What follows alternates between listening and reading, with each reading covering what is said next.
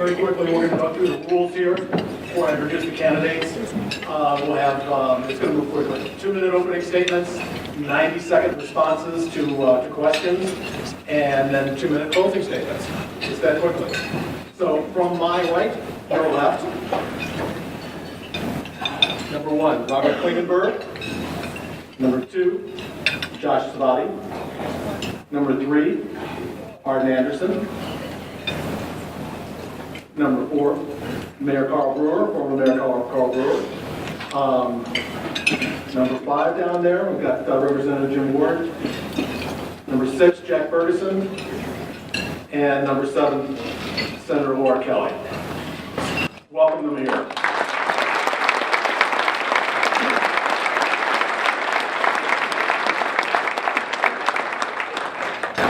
Now, starting with Robert Klingenberg, we're going to go through opening statements, 2 minutes each. Robert, you're 4. Hello, and as said, my name is Robert Klingenberg. I am 27 years old and I'm from Salina, Kansas. I am a first-generation Mexican-American, and I'm here today to bring the voice of the working class up to the governor's office. I'm here today to give a voice to these people because I feel that the working class is often underrepresented in state government, and I bring with me a knowledge of the problems that everyday Kansans face. So with that said, I'm here because somewhere in the state of Kansas, somebody's working 2 or 3 jobs just to get by. I'm here because somewhere in the state of Kansas, somebody is deciding whether to pay their bills or to put food on their table. I'm here because somebody somewhere in the state of Kansas cannot afford the medication they need to survive, or the cost is far out of their reach. So with that said, the message that I'm trying to send with my campaign is that somebody is here that understands. So my name is Robert Klingenberg, and I look forward to answering the questions presented today. Thank you.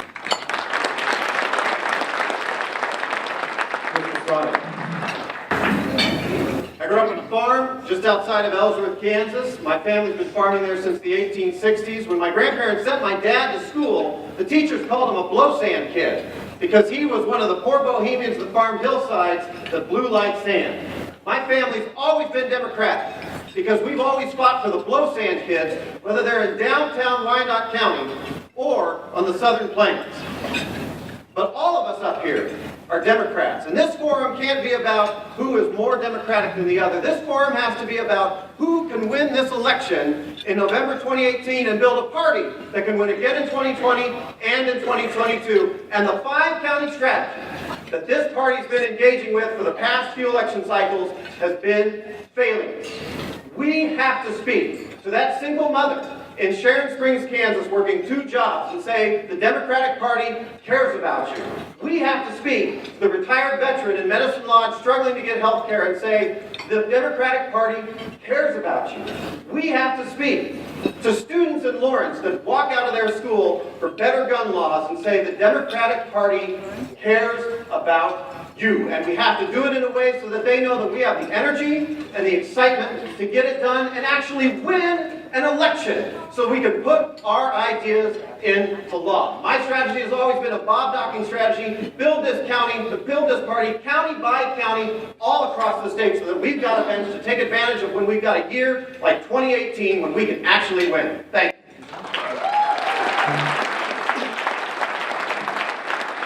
Mr. Anderson. Thank you very much, everyone, for being here. I am a colonel in the Air Force Reserves, been deployed 3 times. As well, I am a farmer. I grew up on a small dairy farm in Michigan, and some of you have heard a little bit about suicide rates now that are hitting the dairy farmers, particularly because of low prices and farm issues. I'm also a teacher. I was a vocational agriculture teacher first, and then I went to medical school and became a physician. I practice in Leavenworth. About 1/3 of my patients are Medicaid, Medicare. I understand what it takes in order to solve these issues.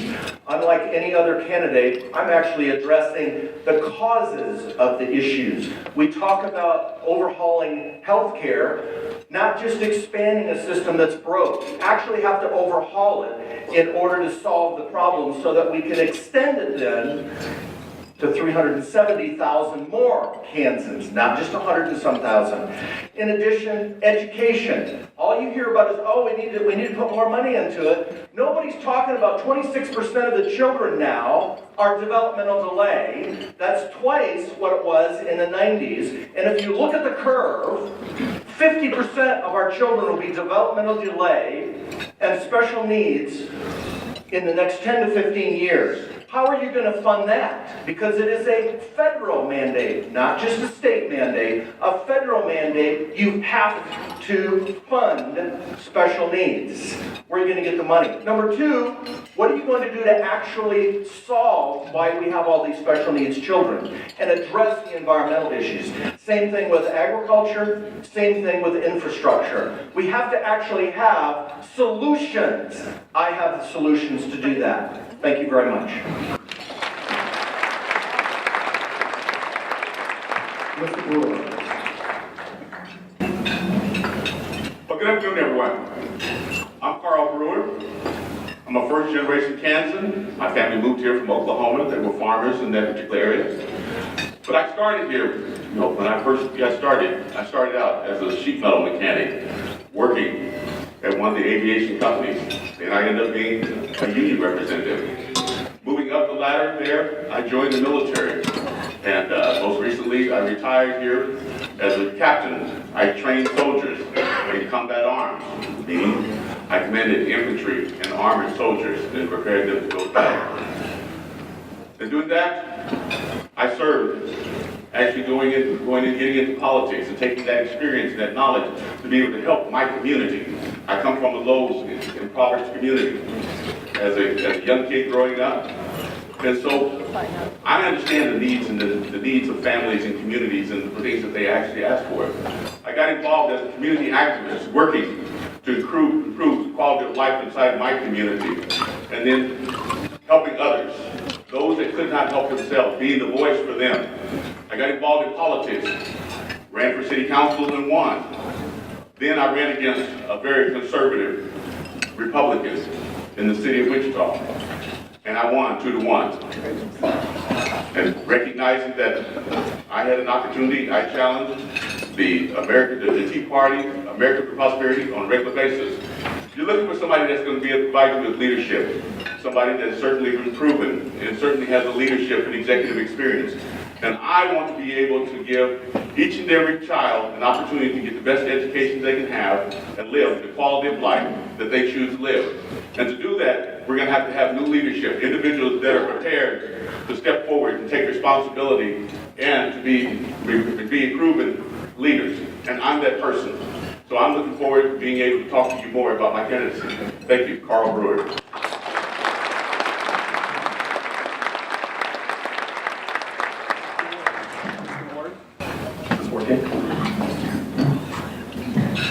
Thank you. My name is Jim Ward. It is my honor and privilege to serve as the Democratic leader of the Kansas House of Representatives, and I'm running for governor to build a better Kansas. We build a better Kansas by creating jobs here at home, by partnerships between business and labor and academics to make sure that our graduates can go to work on day one and work immediately. I have to tell a quick story. Many of you heard as the caucuses. My daughter just got a job in Denver, Colorado, and I couldn't be more proud of her. But the job is in Denver, Colorado. It should be in Wichita or Overland Park or Pratt or Liberal. We need to make Kansas a destination for our children after the education. And education is a foundational block of a better Kansas. I have to tell you about Kenny. I met him in high school a couple of weeks ago, and I've been talking about the integration of technical education in high school and college and how you can take college credits in high school. And he came up, he was excited. He says, I want to be a plumber. And after I do it for a while, I want to open my own business.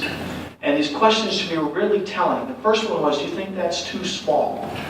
And I said, oh no, that is what built this state. That's exactly the kind of attitude we need. We need to reinforce kids who want to do those kinds of things. And he said, second of all, do you think that there would be any help for me to get started because I don't have a lot of money? And I believe that the state should help Kenny as much as Charles and David Koch. And under a Ward administration, the Better Kansas would do that. I believe in the Better Kansas, we can't leave anybody behind. Men, women, race, color, whatever, sexual orientation. We can't waste people. In my Better Kansas, all of us will be working to build a better place to live. My name is Jim Ward. I look forward to the conversation.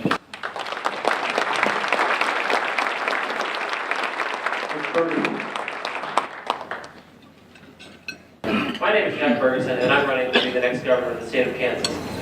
As you know, one of the main reasons I got into this race was because I saw a large swath of the population, including a lot of members of the younger generation, were not interested in politics, and they did not care. They were like, it's just a bunch of, rich, wealthy men that speak at Washington, D.C. They don't care about me. They don't know what my life is like. And that's why I decided to get onto this race and fight on working class issues and put an emphasis on the issues of the future, because the issues of the future are much different than the issues of the past. And in order to bring bright and talented young minds into understanding politics and to running for office and getting involved in our government, I believe we have to show that all types of people can run for office and win. One of my main issues also that I saw that really made me want to run for office is the drug issue. I have seen it is a crime that we are putting people in jail for marijuana crimes. I believe that is also, especially people using it for medicine, we're putting people in jail for using medicine. I mean, what is up with that? It's insane. So not only can we do the just thing and legalize marijuana, we can also do something great for our state. By legalizing it and taxing and regulating it, we can put it back into our economy and use it to help fund our crumbling infrastructure and education system. Thank you, and I look forward to more questions.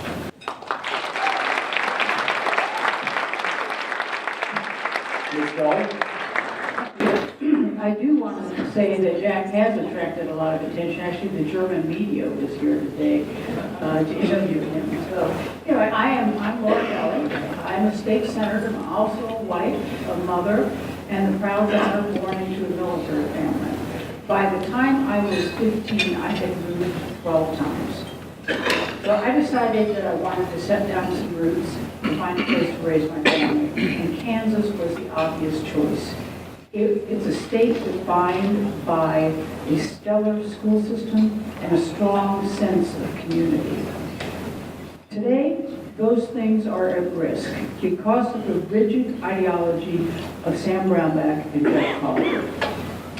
They have mortgaged our futures, and they've done that to give breaks to those who least needed them. They've treated Kansans like guinea pigs, and their failed experiment has resulted in larger classes, crumbling highways, and a stagnant economy.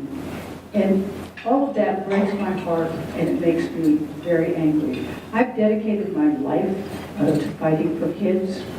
My very first career was working with children suffering from mental illness.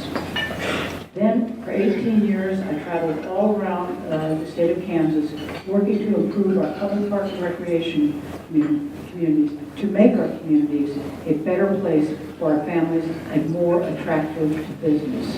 As a state senator, I have secured critical funding for early childhood education, for after-school programs, and for our K-12 system.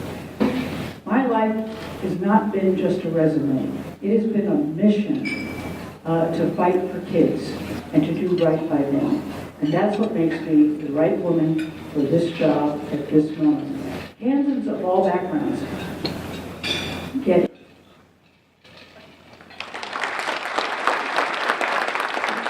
We're going to start with our questions with Mr. Svaty. Our first issue is, in fact, K through 12 education in public universities.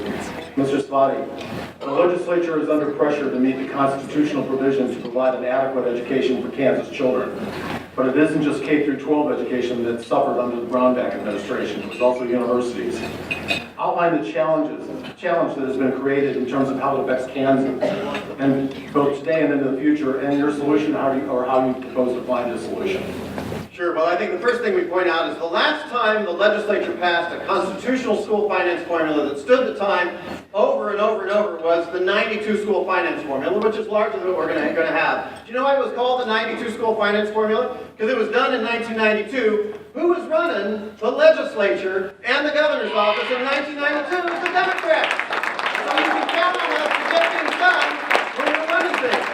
And I think that's the point we have to remember. If we're in charge, we can make this constitutional and we can take care of schools. I don't know exactly what the dollar amount's going to be, but it's going to be several $100 million. And the legislature that's there right now is going to have to do a lot of heavy lifting this session, and the next governor's still going to have to do heavy lifting. But we have to build coalitions, whatever we do, to finance something that's going to be pretty much like the 92 school finance formula, because that's what's fairest across the state. And then when it comes to higher education, we have to commit, and the governor must commit, to those institutions that when we tell you how much money you're going to get, we're not going to make mid-year or late-year fiscal year allotments so that we leave our universities stranded. Because when they have to find 4% in March, with only a few months left in their fiscal year, that's when they have to dip into the well, and what ends up happening is tuition goes up for students. So it's a commitment. We've got a long way to go to get back into fiscal shape as a state of Kansas. It's going to take a lot of work, but at the very least, the next governor has to commit to holding ourselves to our word.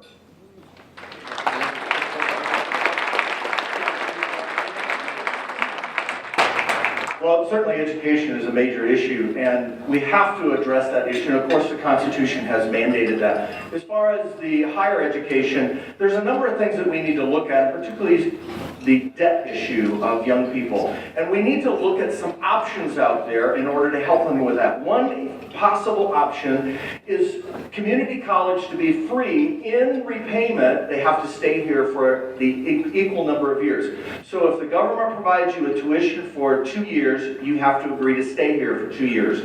The military has similar things for graduate education. There's no reason why we can't do that in the state. In fact, a few other states have. As far as the high school and K through 12 education process, certainly vocational education is very important. We have to fund that. Again, I'm going to come back to this special needs issue because it costs us 2 to 10 times per student to address special needs.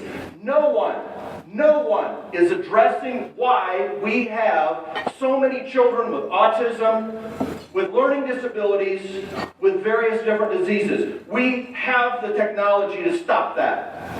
You think it costs money now, double the state budget, and how are we going to address that? We have to address why these children have special needs. Only 27% of them have jobs. Many of them are not employable. What are we going to do about that? That's part of the education budget that we have to address. Mr. Brewer?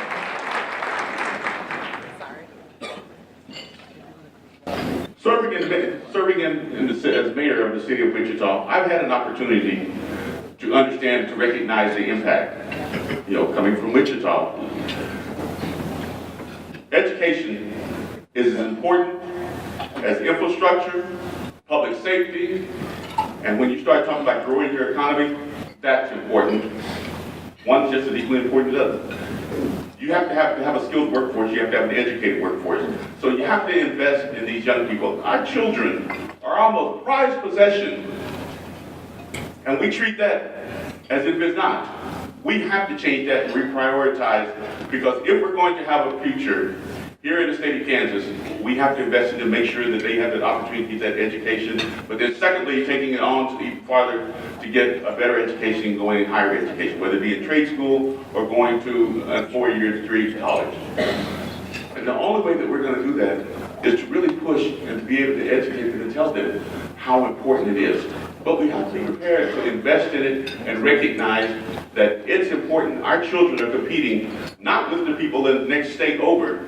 They're competing with the rest of the world. And the rest of the world in third world countries are investing in their children. They're investing in making sure that these young people get the best education that they can possibly get, but then taking it a step farther, making sure they have those opportunities and they're competing for the jobs that our children are competing for.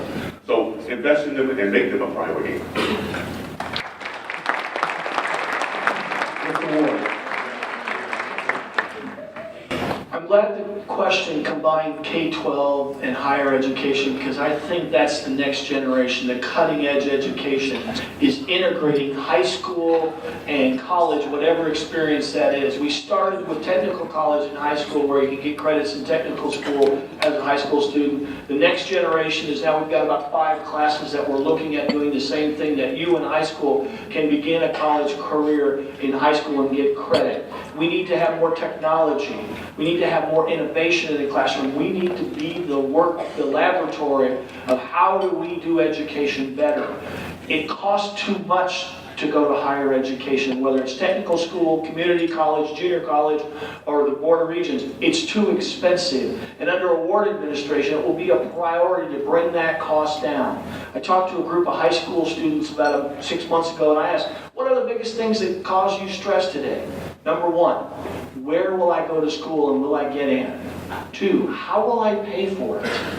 And 3, how will I pay back that huge debt? Will I be able to get a job? Will I be able to buy a house? Will I be able to have children? Will I live as good as my parents and my grandparents did?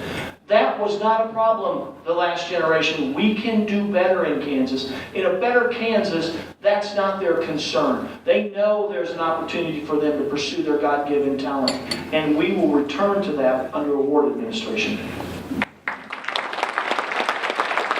Mr. Bergeson.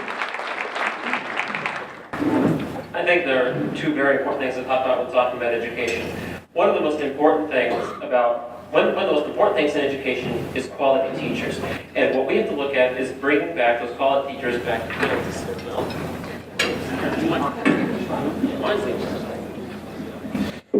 Alrighty, so now that we're back on track there,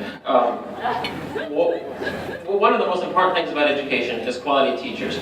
And with what the state has been handling education, a lot of good teachers have been leaving the state or retiring, and we cannot allow that to happen. If we want our children to get an education, we have to make sure that there are teachers in the classroom who care about them. One of the more important things that I have considered is we have to look at giving a pay raise and making sure teachers have the necessary supplies and things available to them. So we can attract teachers back that have gone to Missouri or have gone, to Wisconsin and Minnesota. We have to bring them back here and we have to make sure that when they get back to their classroom, they have what they need to teach the next generation and keep us going.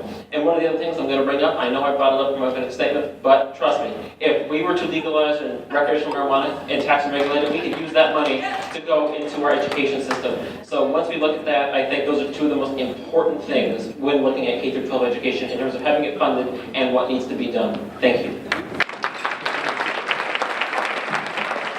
Ms. Keller. Thank you. I agree with a lot of the things that have already been said up there, but I think the one aspect of education that has not been emphasized has been that of early childhood education.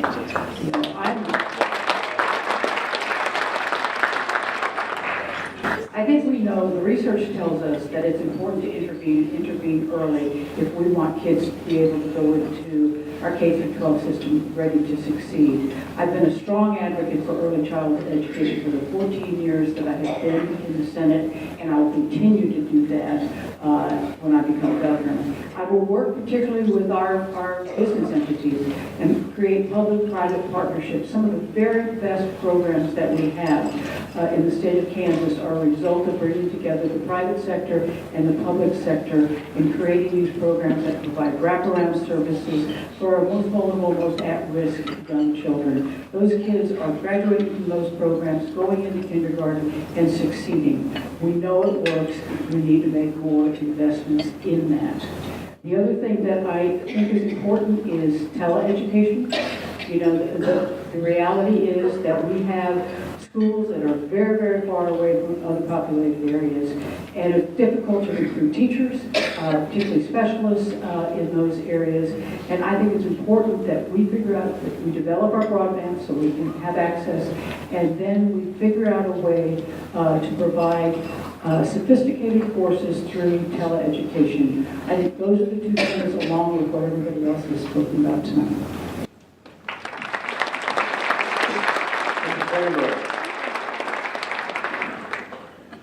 In my opinion, K through 12 education and education in general at all levels, pre-K, higher education, is the single most important issue that faces Kansas today.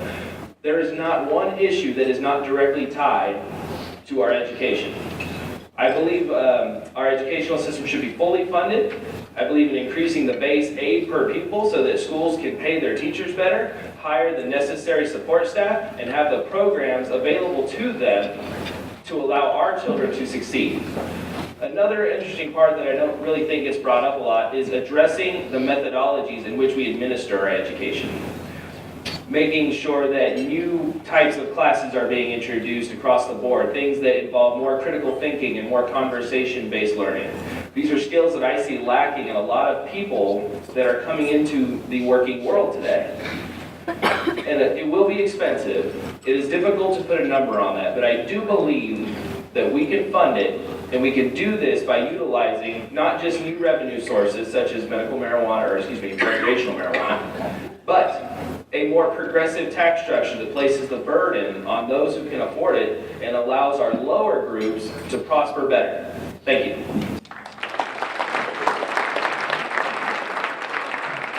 The next question has to do with infrastructure.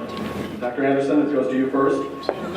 With the deficits, we've seen Kansas infrastructure in decline, especially in light of diverting highway funds to pay for operating state government. Once again, explain how this affects Kansas, everyday Kansas, and the Kansas economy, and your solution, or how you propose to find a solution.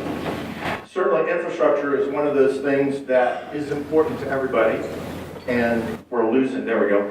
And historically, Kansas has had great roads. And part of the problem what's being done is that we're now putting in 10-year roads, paying for it with 30-year bonds. So over time, we're getting farther and farther behind.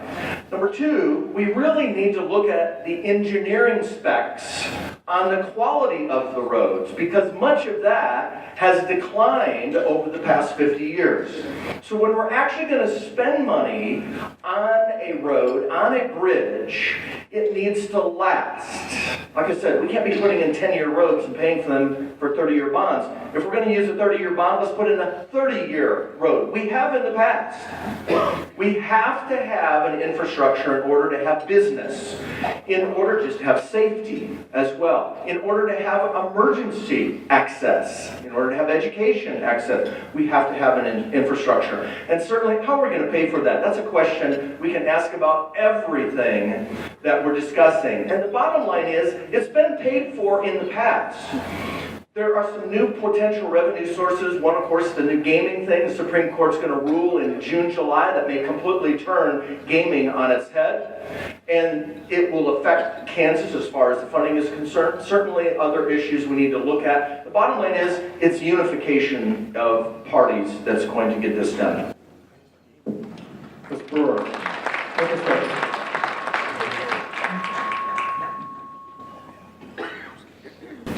Transportation and infrastructure is very important.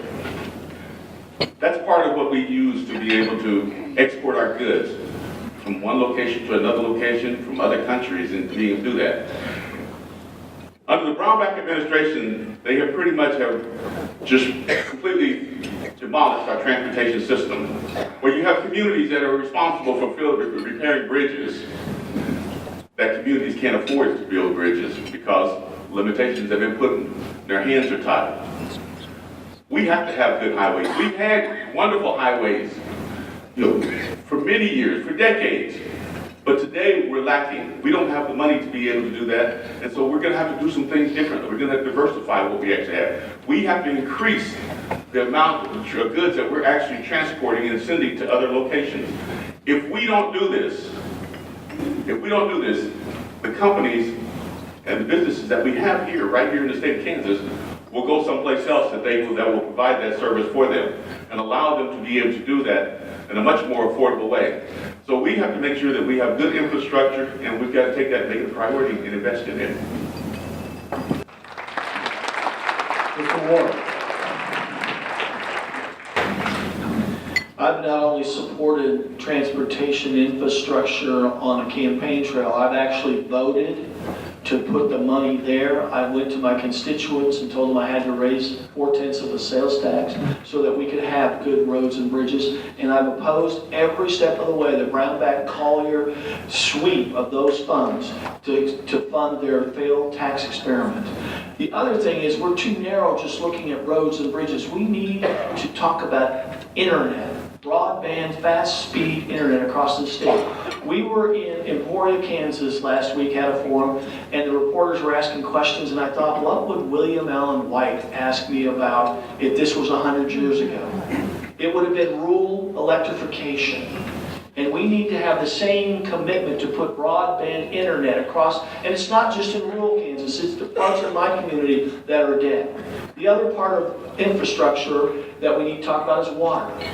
The most precious resource we have, we need to do more. And I think Brownback did a couple of good things. He put it on the table and said, let's talk about a 50-year plan. He got rid of use it or lose it. We need to do more to ensure that water is there, not only for agriculture, but for cities and counties all over this state. What it takes is a governor committed to that kind of economic development and building that better Kansas. And I'm that person.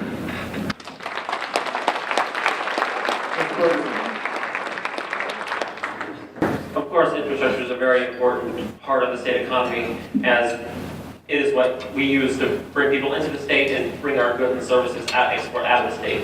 But one of the most important things that I have done some research on is that when there is good access to public transport, when there's good access to transportation, people's economic mobility goes way up. And that's why I'm looking at expanding rail service in the state of, passenger rail service in the state of Kansas.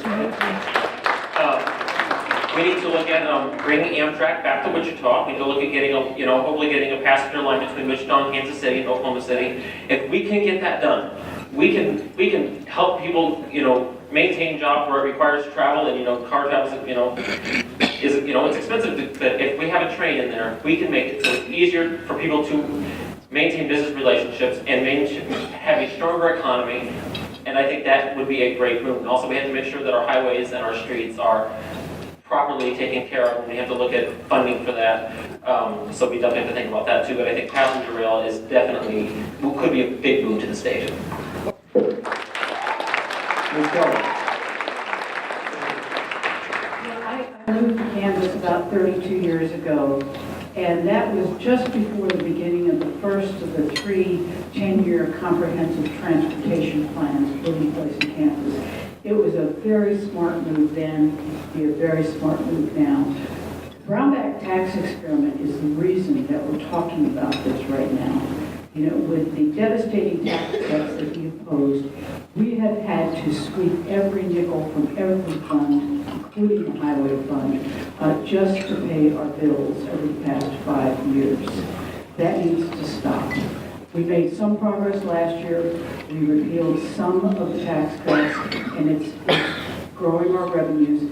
But we don't know if it's enough. We need some time to let things settle down and see. But one of the things that the legislature did do this year was to put together a transportation task force that has all of the stakeholders as part of it. They will be looking at trying to find alternative revenue sources so that we can build again that comprehensive transportation approach that works so well for Kansas. There is no silver bullet here. Let us not pretend that there is.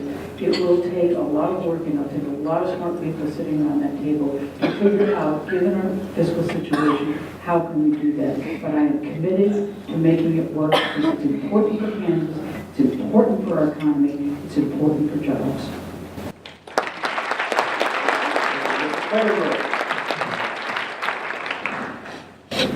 Investing into infrastructure is very important to the state of Kansas. Not only does it create several high-paying jobs in the immediate vicinity of the areas in which we invest, but it also opens up those areas for new opportunities.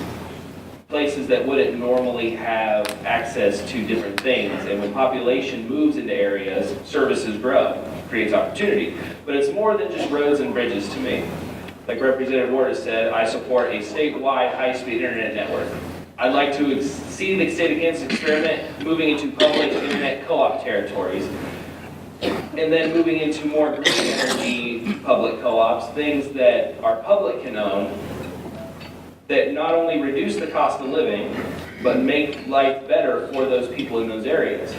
Another one I would like to see the state of Kansas move into, and this is something that's not very readily discussed, I don't think, is more affordable housing. Constructing more affordable housing for lower income and working class families to make their lives better. Thank you.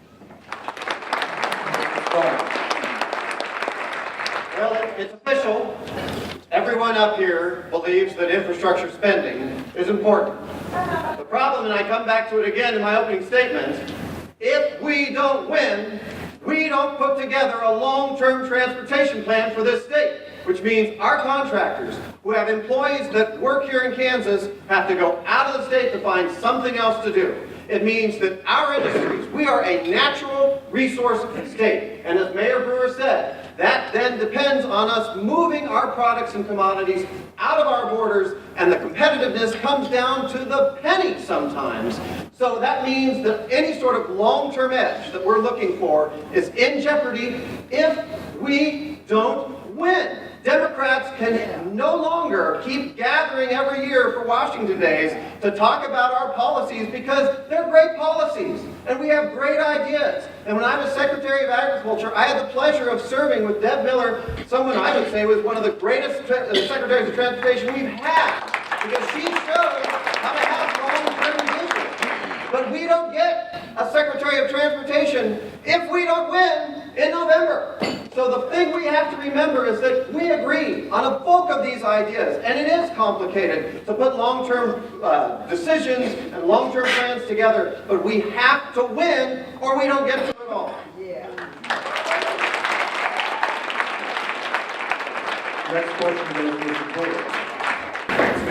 Speaking of jobs and the economy, what are the key areas that a governor can influence to provide good-paying jobs and strengthen the Kansas economy?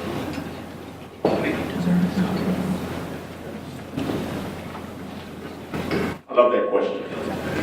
Because I have to be the mayor of the largest city when this country went into the worst recession in our entire history. And that was my job. It starts at the very top, in setting the example and defining what direction we're going to do. It's the Secretary of Commerce, it's the governor's responsibility, and the leader of each one of the communities to work collectively together to come up with an identified plan. We need to be able to trade more of our goods and things that we actually have and trade to export them, whether in our particular area, since we have grain, we have agriculture, promote it, send it, sell it to other countries, and be able to do things of that nature. But taking it a step further, diversify what we actually have. We have a product that's right here in the state of Kansas that grows wild. And we destroy it rather than to take it and make an opportunity out of it. And that's hemp. Let's go and look at ways of being able to utilize hemp. It doesn't require a lot of water resources that we actually have. And thirdly, let's look at legalization of marijuana. You see what the other states are doing, especially the north of us and the west of us. Why not create an environment where we can actually generate additional tax base here in the state of Kansas and diversify what we actually have? But leadership has to be strong, and leadership has to step forward and say, oh, by the way, I'm going to take responsibility of growing this economy here in Kansas, and I'm going to make sure that we're winners and we're successful. Mr. Ward. As I've had the opportunity to travel the state over the last 4 or 5 years, I talk to businesses, big, small, medium-sized, and over I hear this comment: I need qualified work. I need workers who can go to work on the first day and get things done for me. As I talk to people coming out of college, and technical college, or even high school, they're desperate for jobs. I believe there's a role for a governor who can bridge that gap. bring educators, labor, employers in a room and talk about what do you need, Mr. Employer, Mrs. Employer? What kind of skills are you seeing our kids don't have when they come to work? What can we do in academics to make sure that happens? And labor, what can we do to provide jobs? Also, we have a president who just wants to start a trade war. The first thing I, the governor, is try to educate him that understand we sell airplanes in Kansas and we sell them all over the world and we want to keep doing it. We sell commodities all over the world. It's a key component of our future, and you're messing with our economy by what you're doing. Those are the kinds of practical tools. But remember, Kenny, I want a state that says that Kenny can get what he needs from his Department of Commerce just as much as Charles and David Koch. It's time for the 1% to get only their fair share and not the whole pie. And under my economy, that one. Mr. Bergeson. You know, my family owns a small restaurant in Wichita, His Burgers and Bottles. If you live in Wichita, I'd recommend you stop by. It's pretty good. But I think, I'm not going to get into that, but I'm going to use this as a point to talk about, you know, my parents own the restaurant. They have employers, and we have to sit down. We always have to think about, you know, paying our taxes and all that, and running a business. We have to think about all that kind of stuff. And being involved in the business has made me realize there are things that the government can do to make it easier for employers to hire and to operate, to make it easier for small businesses to get started. I think the process of starting a business is entirely too difficult. We're average working people. It took us, 6 to 9 months just to get everything organized and, the right type of organization and all the funding. We should, I'm honestly interested, we should look at having subsidies to starting small businesses. Because if we can make it so more people can have their own business and not be reliant on a larger employer, if we can have more people start their own businesses and be in charge of their own destiny, that's going to be very important. But we have to make sure that there is less red tape for starting a business, because I think entrepreneurship is very important and will help to keep our Kansas moving forward. Thank you.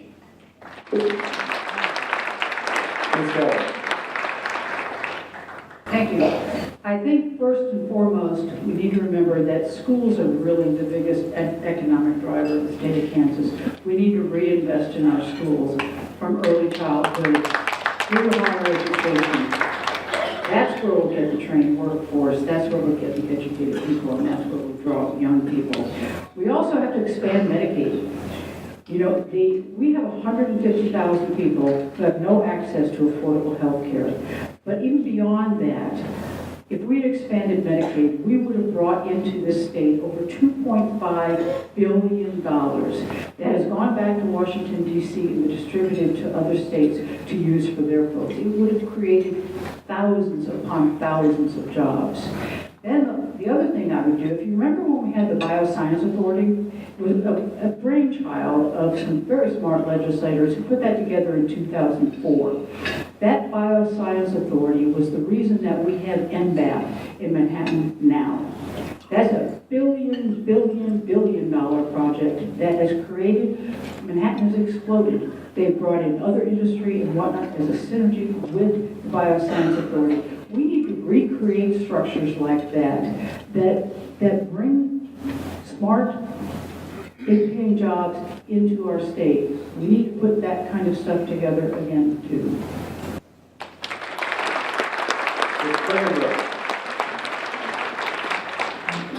On this subject, I have a couple points I'd like to make. Number one, as has been said, and it's going to be repeated at least 100 more times tonight, is investing more into our education, and specifically into people that are going to be coming out of school over the next 4 years, and making sure our public universities have programs dedicated at low cost or no cost to growing industries, things like cybersecurity, regenerative medicine, things that are coming, and we know they're coming, and we should be at the forefront of that. With the solar panel explosion over the past several years, Kansas gets as much sun as California. We could have been at the forefront of that. We chose not to be by ignoring it.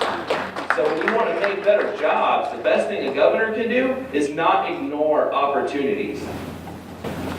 Other things that we can do at the forefront, make the jobs we have better. better workers' benefits, paid maternity, paternity leave, both. 6 months. It's a very important time in a child's life is to make sure the parents are there with them in the developmental stages. Increasing the minimum wage, starting up to 10 in my opinion, with incremental increases every year. Expanding health care. I favor a single-payer healthcare system. Whether or not that's possible in the state of Kansas, that remains to be seen. I would need to do some more research, but I know it will come someday, and it will reduce the cost significantly for medicine for everyone in the state of Kansas. Everybody deserves healthcare as a right, and we have to put our foot forward on it and begin making that happen. Thank you.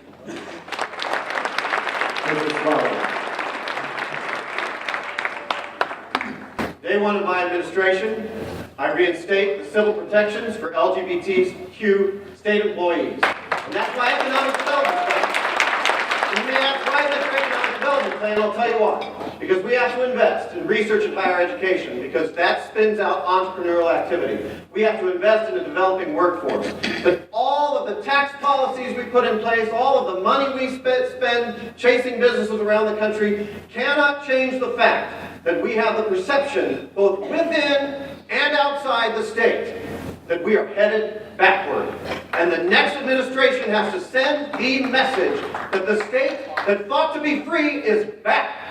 That the state that gave women the right to vote long before the rest of the country did is back. The state of Brown versus Board of Education is back. And we can do that on day one by reinstating those civil protections and use it as a tool to say, this is a state that is open and ready for your businesses, your ideas, your dreams. Come here and bring your families and make them happen.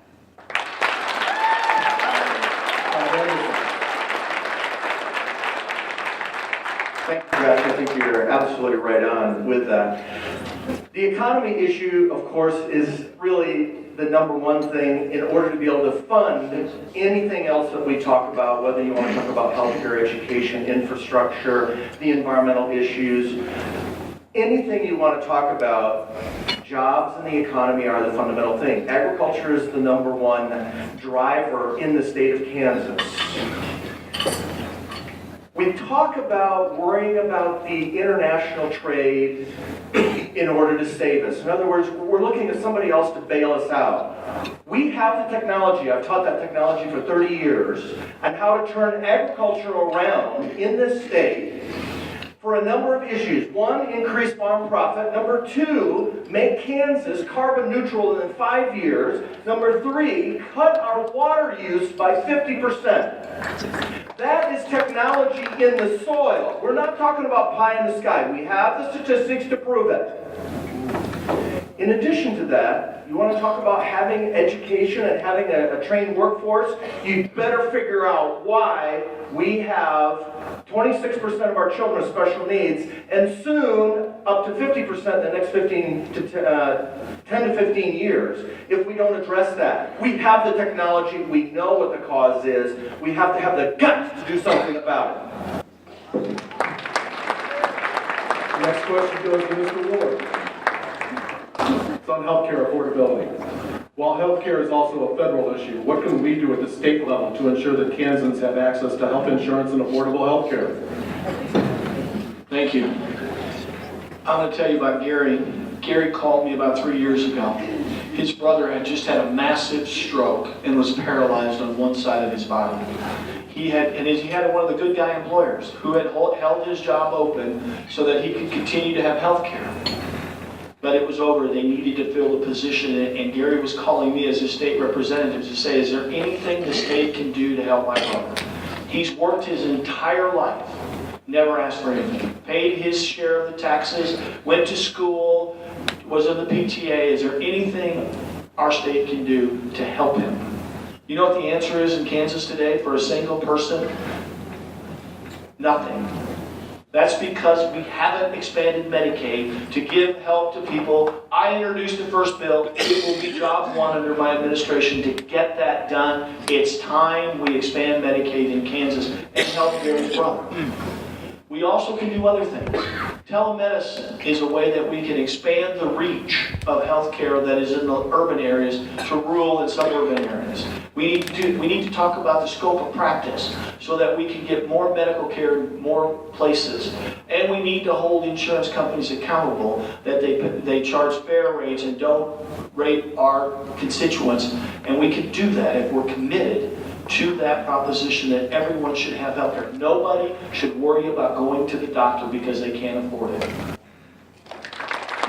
Mr. Bergeson.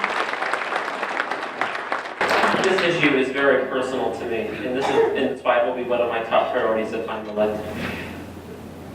Our family has always had a hard time.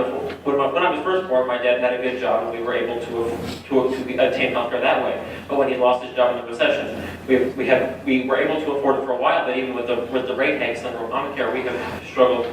I don't think we currently have health insurance right now. So this is a forefront of what I'm doing. First of all, we need to expand Medicaid so more low-income people can make sure that they have health insurance. But on top of that, we need to look at another solution. I am supportive of the Nevada, what I call the Nevada plan that was tried in Nevada last year, creating a public option under the Obamacare exchanges, so those that are not eligible for Medicaid, but yet cannot afford the private insurance on the exchanges can still get health care until we pass a national single-payer health care system. Thank you. Ms. Keller. I think number one, the most important thing that we can do is to expand Medicaid, and I think that's been discussed. But I think we also have to realize that a lot of the medical cost issues are really controlled at the federal level. You know, the fact of the matter is that we cannot negotiate drug prices is huge. We're banned from doing that. We have to buy at whatever cost the pharmaceuticals decide they want to give it to us. That's a federal issue, and we need to press our congressional delegation to make that difference in that kind of program. There are other things in terms of insurance regulation, insurance policies. They're also going to be federal that we're going to have to push for. But until we make healthcare affordable, health insurance affordable, it'd be very difficult to do this. We need to look at the reimbursement policies for medical procedures. You know, right now it is upside down. Your family practitioner gets reimbursed very little money, as opposed to the guy who sticks something down your throat to do a bronchoscopy, or a radiologist who looks at your lungs. That's where the money is in that, and that is why we have so many procedures being done, and that's what's raising the cost of healthcare so significantly. That must change, but unfortunately that really is a federal issue and one that would be very difficult for us to change here on a state level. So I think we need to work with our state, other states, other governors to put the pressure on the Congress and on the federal administration to start working towards those changes that would make a real difference in the cost of health care. Mr. Klingenberg.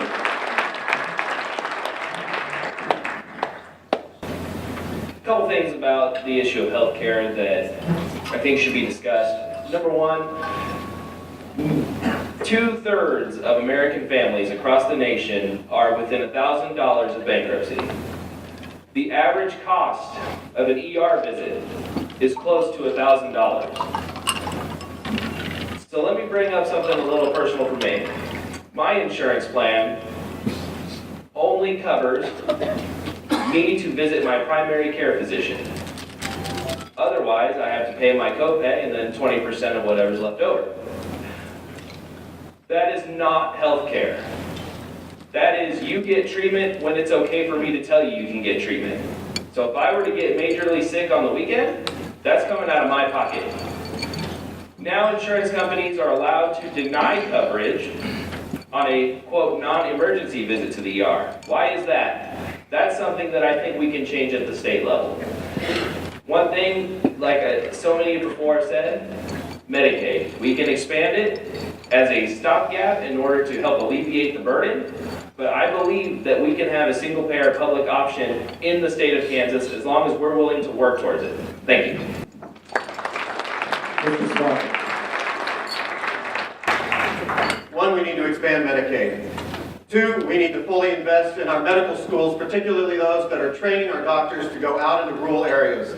3, we need to look at those hospitals in rural areas that are doing creative, new ideas to attract doctors to their communities and replicate that statewide. But 4, and as governor, I would fight for this. I believe in a lot of what the Affordable Care Act did, and it brought a lot of new people into the system. But it left the middle in a precarious situation. Those individuals, particularly farmers, myself being one of them, that self-insure, or small businesses that self-insure, are now caught in the middle. And we've seen premium increases by 30%, 30%, 30% year over year. And even though the bulk of this is a federal issue, Kansas needs a governor fighting for a way to collect or pool the risk of everyone in that middle, to give them some leverage against the insurance industry so that they're not stranded by themselves, because that's what's happening right now. They have no leverage whatsoever, and they have nowhere to go because they want to be insured, and they have to carry that insurance coverage, and they want to do the right thing, but every year it's 30% increase. We can't keep doing that.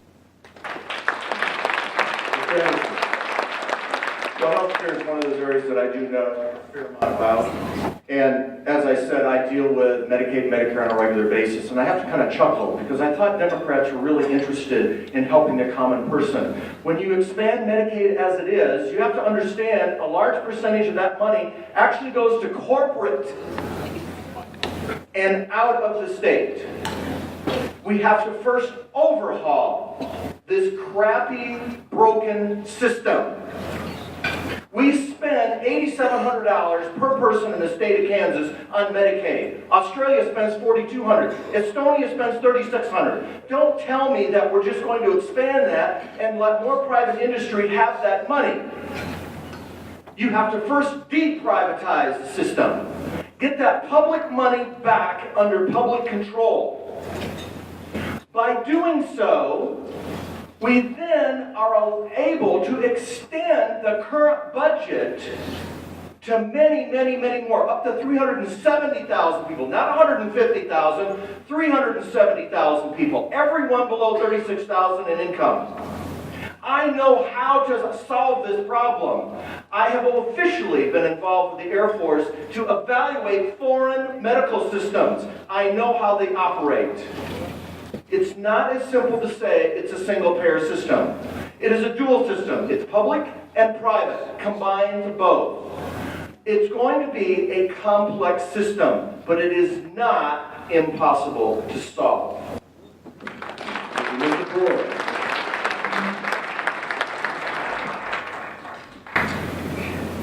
Well, the first thing we have to do is there's no doubt, and it doesn't take a rocket science to figure out that we have to expand Medicaid. And we've done an injustice to the people here in Kansas, people here that live here. But we have to do something and create an environment where everyone can get an opportunity to get health care. And when I'm talking about getting health care, I'm not talking about health care where they have one incident, they're in the hospital for a couple of weeks, and they're filing bankruptcy 6 months later. I'm talking about health care where they can continue, they can have productive lives, they can continue on, and they don't lose everything that they have and don't have to file bankruptcy. Now, everybody up here made some very valid points, and they're all pretty close, pretty accurate, and I'm in agreement with them. But it's going to require a lot of work. It's going to require a lot of work, not from the person that's going to be governor, but it's going to require a lot of work from each and every one of you that's sitting out there. Because that governor is going to have the support of the legislators and each and every one of you, for those people that are in Washington that impose these various different laws that tie our hands and don't allow us to function the way that we should be functioning. It's time for them to come home or go to another state. But that's left up to us to make that decision. And the only way we can do that is it's going to start right here, what you see that's getting ready to happen here this year during this election. So we're going to have to work together. Next question goes to Mr. Bergeson. Mr. Bergeson, this is on social services. Republicans provide many arguments against funding social services. What will you do as governor to answer those arguments and provide services Kansans need? it's very important that the government of Kansas looks out for the people of Kansas, and whether that be, we got to make sure we're, stuff like, more generic stuff like food stamps, we got to make sure we're looking for stuff like that. Because if we allow people to, the social safety net is there to help those that are the most downtrodden, that are the kind of people that most society looks usually down, but we cannot do that. We cannot look down on those people. We have to make sure the social safety net is there to help them rise up and once again rise back up into society, and we can all function as one cohesive society. I think that's the most important. So we have to say that to answer an argument. What we have to say is, if we're just going to not fund them, we're just going to continue to push these people under the rug, which is morally wrong. But if we give them a hand up, we can reintegrate everyone back to society and help everyone get a leg up. I think that's the most important thing we have to look at. So that's really my answer to how I would answer such an argument, because I believe it's just morally wrong to let people just go by just because people say that they're not working hard enough. I'm like, if most people, it doesn't even pay enough to live on. If you're on, people need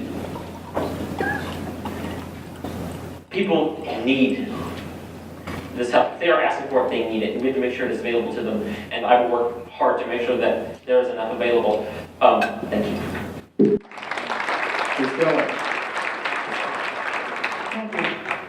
It has been painful to spend the last 7 years, particularly the last 5 years, in the state Senate and the state legislature as a whole, because we have watched this administration systematically attack our most vulnerable, our disabled, and our elderly.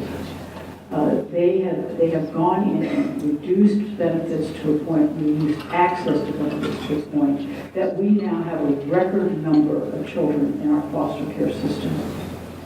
You can't take away a very fragile safety net from a family and expect them to be able to handle their children when their children provide problems. So we've got that. We're starting to address that. The legislature last year set up the Child Welfare Task Force, and we are convening. We've done that for about 5 months, and we'll continue to convene until next January. And we're starting to set up a system of reform. Fortunately, we have a new secretary, so we've been able to start implementing some reforms now in that system. Administratively, but we'll continue to work with the experts that we brought around the table to really do a comprehensive reform. And I think we need to take a look. I think Medicaid expansion goes in here too, because if these folks don't have access to health care, how in the world do you expect them to stay healthy enough to work?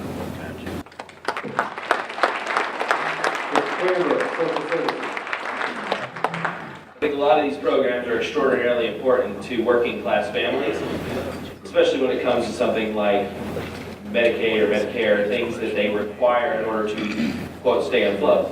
So one thing I think definitely needs to be examined is what I like to call the net negative. I know plenty of people who are on a program and who would like to get off at some point in time, but they're losing more getting off than they're gaining. We need to make sure that the aid that we're giving out goes to those who need it in the amounts that are appropriate. And especially focused on things like reducing the cost just to live. A lot of lower income families are renting their houses. We need to make sure that that rent is affordable for them. Because it is just insane to me to think that a 3-bedroom house is going to cost you $1,500 a month. There are not a lot of people that can afford that. So these programs are very important. We have to make sure they're funded and make sure the net is there in a productive way that helps more people than it's actually hurting. Thank you. Normally, as Democrats, we have to spend a lot of time convincing our Republican colleagues to invest in social services. Sadly, they have deteriorated so fast under the Brownback administration that we actually don't have to do that much convincing, because the tragedy and the sadness is omnipresent. We see it every single day, whether it's lost foster care children or incidents at our corrections facilities. We all recognize, Democrats and Republicans, that state government is in trouble. So number one, under my administration, we appoint Kansans to run these cabinet level positions who believe and care for the people that they are serving. Number two, we invest in an independent state auditor that's looking over our shoulders to make sure that what we're doing is correct for the long term.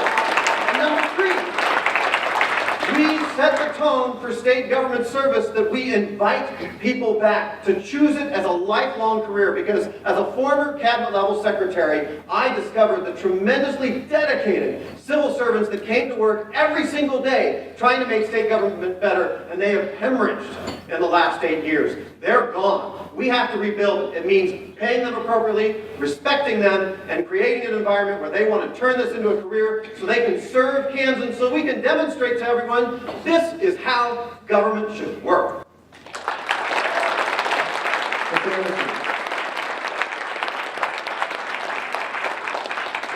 Thank you, Josh. Those are excellent things. I deal with a lot of social services issues every single day with my patients. I have a number of patients that are, as I said, on Medicaid, but also on various different social service things. Many of them are federal. And the thing about it is that we really need to understand, someone making $1,000 a month is not getting rich. And the unfortunate thing is that that's really never pointed out. And I hear about all this fight. Oh, we're going to fight for this and fight for that. I'm a colonel in the Air Force, ladies and gentlemen. I don't fight Americans. We need to unite. You want to bring Republicans to the table? Then what we talk about are issues that are very important to both. So we talk about children. And we show the actual statistics. In my opinion, we ought to allow people who are on government assistance to make at least 100% of what they're making. Because like I said, somebody on $1,000 a month is not getting rich. You want to get them off from welfare, then you allow them to work, you don't punish them to work. The other thing is about social services, think about it for a moment. If only 27% of special needs people have a job today, that's going to only continue to increase. What are you going to do when 50% of them are not even employable? That's something that Republicans have autistic children as well. Republicans have developmental delayed children as well. That brings everybody to the table when you discuss those issues. Mr. Brewer. Well, certainly social services are important to each and every community and to the state of Kansas. And if we lived in a perfect world, we wouldn't have it. But we don't live in a perfect world. And we have families and communities with those types of needs. You know, there's no reason here in the state of Kansas how we could be missing 70 children and we have no idea where our children are at.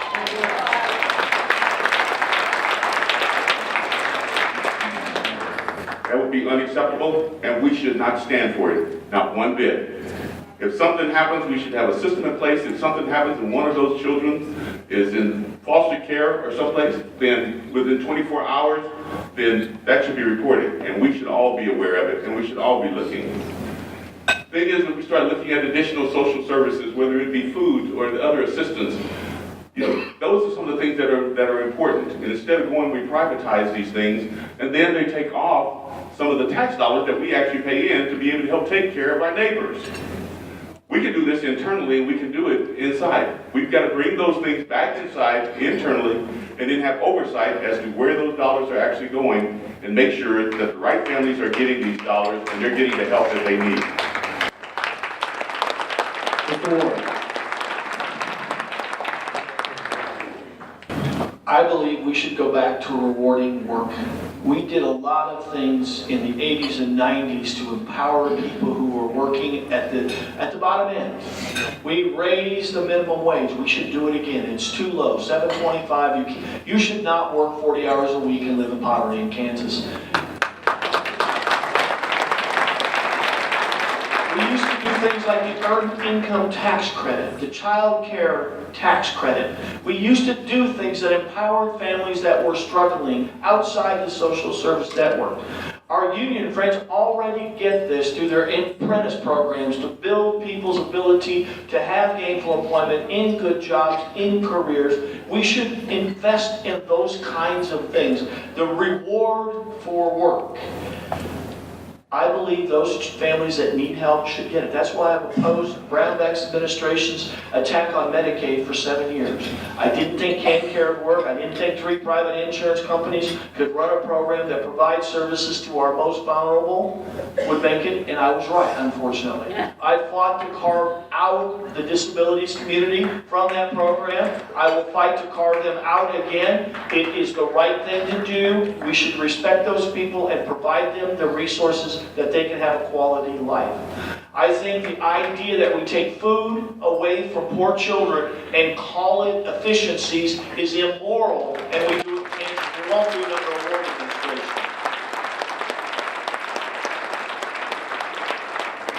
Thank you. Now we're going to have 2 minutes for each of the candidates to give their closing remarks, starting with Ms. Kelly.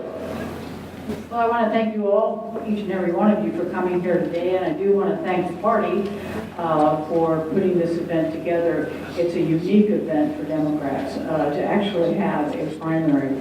So, you know, Kansas has been through a lot this past 7 years. Think of our state motto at Asper for Asper. We can overcome these challenges. And it'll start with this election.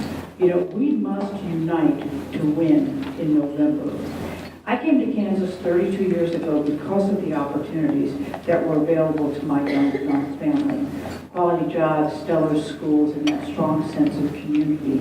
Those things are all at risk at this point. If we want to rebuild our state, if we want our young people to stay here and to raise their families here, we must invest in them and we must provide opportunities for them. It has been my lifelong mission to do right by our kids. And I think that's what makes me the right woman for this job at this time. We have a unique opportunity this year. Many of us have been fighting Sam Brownback, Jeff Collier, and Chris Kobach for a very long time. And if we unite, we can beat Chris Kobach or Jeff Collier and Greg Orman and get Kansas back on track.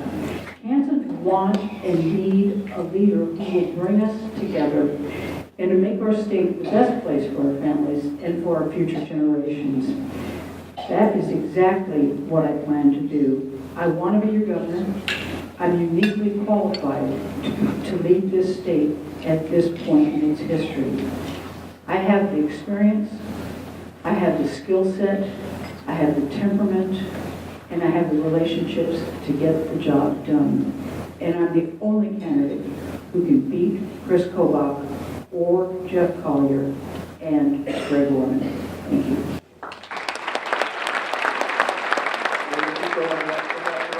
Mr. Bergeson, we're going to start next with you for the closing statement. Ready?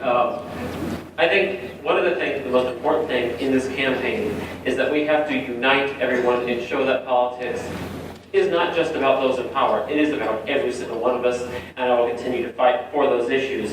Now I'm just going to go on to a couple of other things. First, if you want to read more about my platform or more about me in this campaign, you can go to jackforgovernor.nationbuilder.com so you can read more about our platform if you're interested. Also, I'd like to state one policy position that I'm very supportive of that I did not get a chance to bring up in the forum. I am supportive of ending the food sales tax and replacing it with a luxury goods tax, so those that pay their parents, so those that pay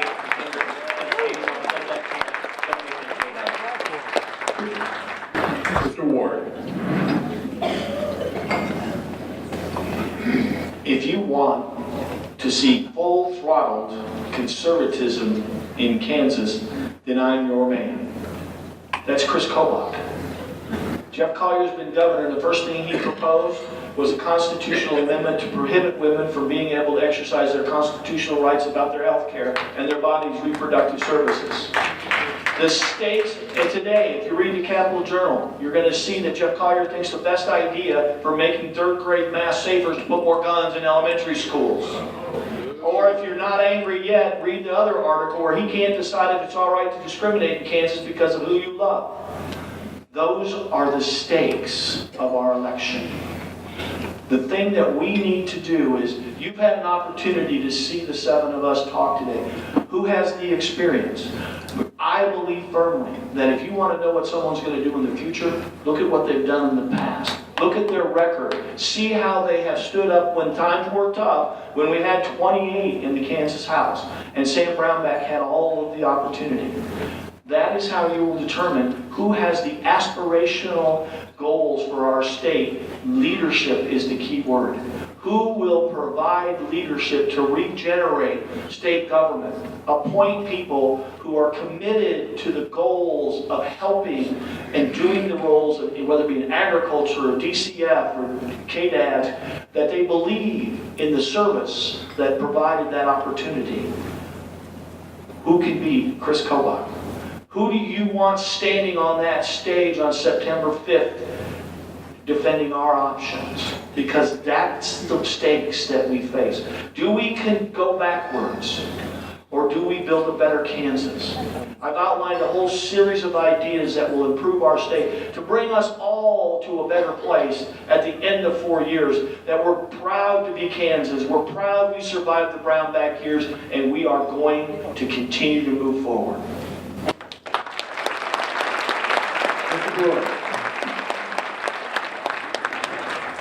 Many of you have heard my resume. Former mayor of the city of Wichita, the largest city in the state of Kansas.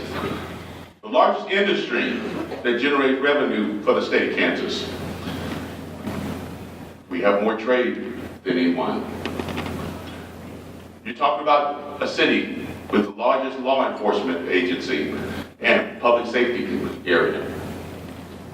Somebody that served in the military. Then someone that went and worked in corporate America. I've demonstrated that I have the leadership experience, I have the knowledge, I have the background, I have the passion, and recognize that the buck stops at the very top. Whoever's at the top, that's the person that's responsible. What you need is someone that's willing to do that. But someone that when you feel pain, that you're gonna feel, that they're gonna feel your pain. Someone that's concerned whenever your family is in need or you don't have health care. Someone that's going to make sure that your rights are not going to be violated, you're not going to be discriminated against, and if somebody that will put their foot down and say, this will not be tolerated, not here. But somebody that will extend a hand and tell others in other cities and other states that you are welcomed here. Individuals that want to make sure that families stay together. That's what you're looking for in a person that's been a governor. Someone that's going to provide you leadership, not someone that's going to give you a lot of rhetoric, a lot of conversation, and somebody pat you on the back and tell you, we'll get this next year. You need somebody that's going to be willing to fight that, and when there's something wrong, fix it immediately. But the other portion is making sure that that person is holding everyone accountable, and we're explaining to you what's going on and what's happening, and making sure you know, the people that are working for you, being us as policymakers, know what's happening and what's going on and how we're spending your money.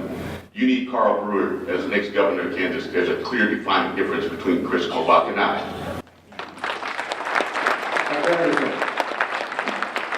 I dare say that every person in this room is probably going to vote Democrat for governor.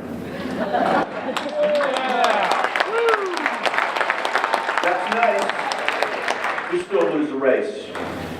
You have to bring in independents and moderate Republicans in order to win the state. In order to do that, you actually have to engage, not fight, you have to engage issues of moderates, independents, Republicans. That's the only way we're going to win. That's also the only way that we're going to get anything done in the legislature. One problem that Kansans and Americans have had is sick and tired of standard politics. Let's just increase, let's just expand a current broken system. Doesn't matter if we have to spend more money. Why not overhaul things with the same budget? That's how you're going to bring moderate Republicans to the table. Not just, first of all, talking about spending more money. How do we actually make the program work better? As a colonel in the Air Force, I'm the only one here that has senior leadership, professional education, and training. I know how to negotiate two sides. I know how to bring them together. I know the issues that are really important. You want to talk about water issues? It's also a water quality issue. We have mercury in a lot of water. We have pesticides in a lot of water. We need to first clean that up. Number two, we need to stop that. I know how to do that and still keep the farmers profitable. We have to address education. We also have to address why are we having so much more childhood cancer and so much more developmental delay. I am the person who understands these things factually and how to solve those problems. I'm Dr. Arden Andersen. I appreciate your being here today, and I ask for your support.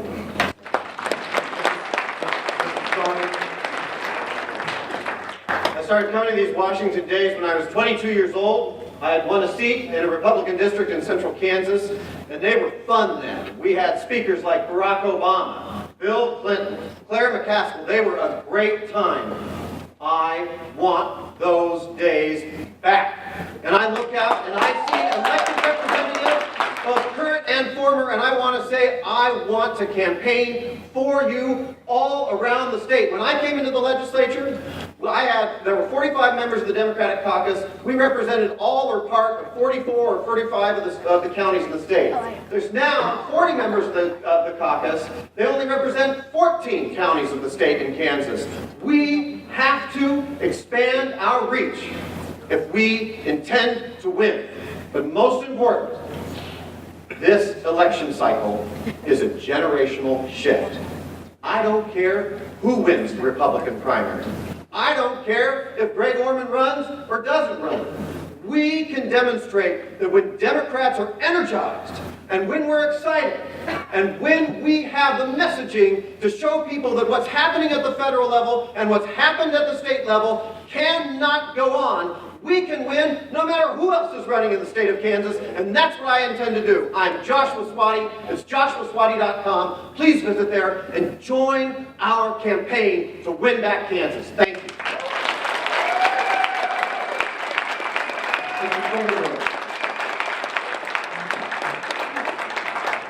I want to start my closing remarks with a special thanks to the Kansas Democratic Party and the people here in this room for being extraordinarily receptive of all of our respective campaigns. It is awesome to be a part of this party that is so accepting that even somebody like me could be standing up here on the stage voicing my opinions. For me, as governor, I would be a leader. I have many years of management experience and territorial experience. But my overall goal, summed up in one sentence, is to make Kansas a beacon that the world will look at and say, we could be like that. That's the goal. That's my perspective. I'll be around if you have any more questions for me. My name is Robert Klingenberg, and I want to be your governor. Thank you.